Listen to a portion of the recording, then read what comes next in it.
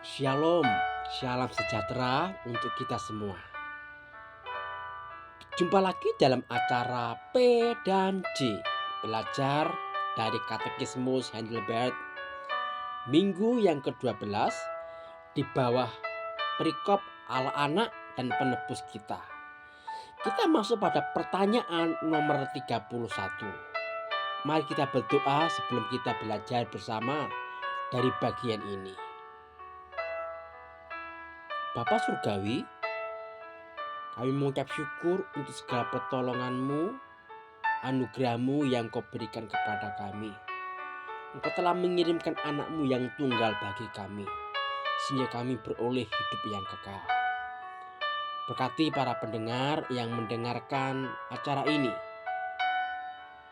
dalam kehidupan mereka pribadi lepas pribadi. Dalam Kristus Yesus kami berdoa. Amin. Saudara, pertanyaan nomor 31 demikian. Mengapa dia dinamakan Kristus yang artinya yang diurapi?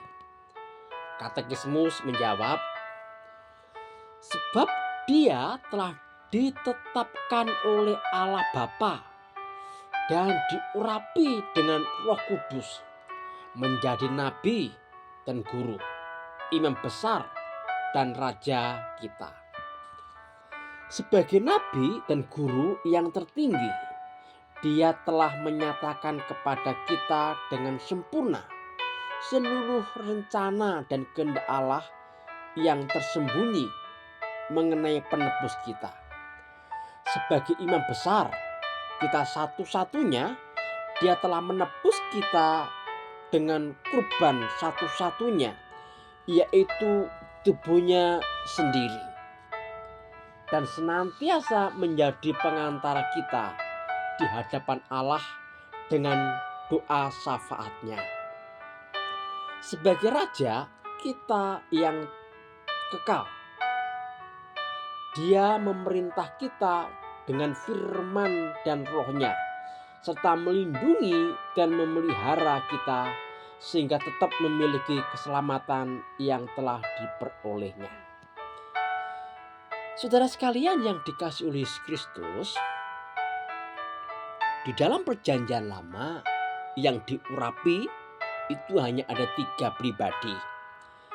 Yang pertama adalah nabi, kedua imam, dan yang ketiga adalah raja.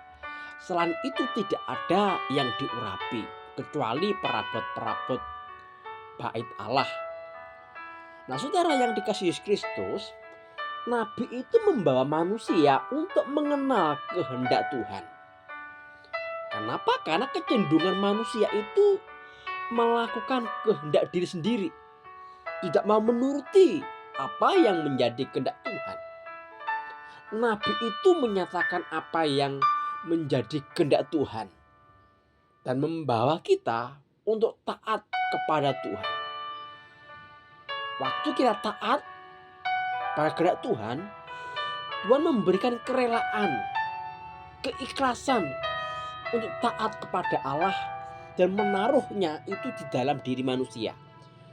Sehingga ketika kita taat kepada Allah itu bukan taat karena terpaksa, karena takut, bukan, tetapi keikhlasan, ya.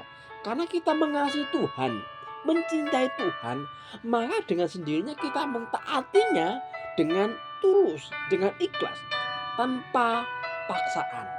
Sama seperti Yesus mengasihi kita, menyerahkan dirinya untuk kita. Kasihnya itu diberikan kepada kita. Ia mentaati Allah, menjalankan kehendak Allah. Sebelum kita menjalankan kehendak Yesus, Yesus pun menjalankan kehendak Bapa di surga. Saudara, Tuhan Yesus pun menyatakan kehendak Allah secara sempurna. Dia mentaati kehendak Allah secara sempurna.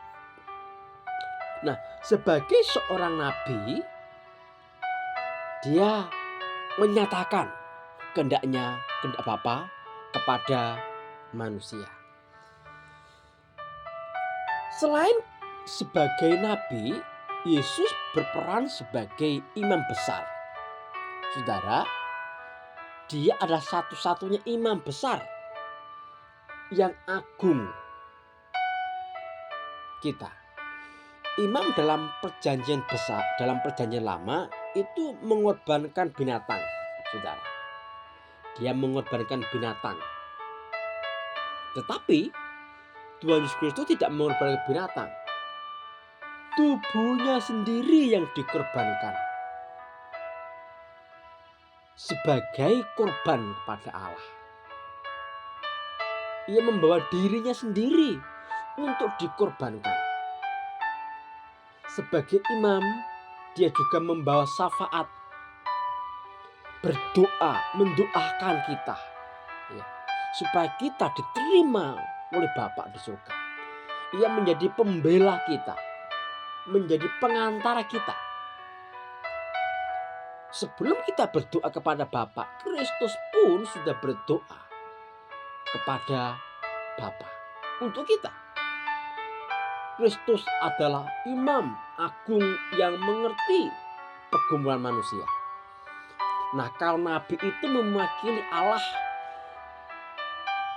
berbicara kepada umatnya, kepada manusia. Tetapi kalau imam itu mewakili manusia, berada di pihak manusia, berbicara kepada Allah. Ia menjadi pembela kita. Itu fungsi imam. Yang terakhir, sebagai raja. Saudara, sebagai raja, ia memerintah dengan firman-Nya dan roh-Nya. Ia sebagai raja, ia juga memelihara, melindungi kita.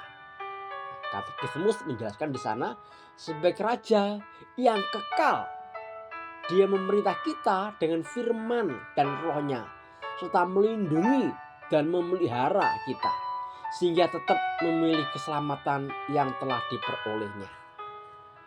Saudara yang dikasihi Kristus, raja ini adalah raja yang kekal. Ia memerintah kita saat ini sampai nanti kekekalan. Raja ini tidak tergantikan, ya, tidak tergantikan sama sekali. Dan memerintahnya pun dengan firman-Nya, dengan lembut, ya, memberikan bimbingan. Ya.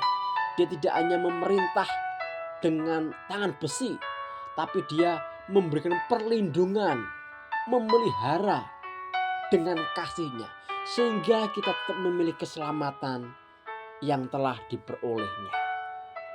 Kiranya pembelajaran ini boleh menolong kita untuk semakin bertumbuh di dalam Kristus.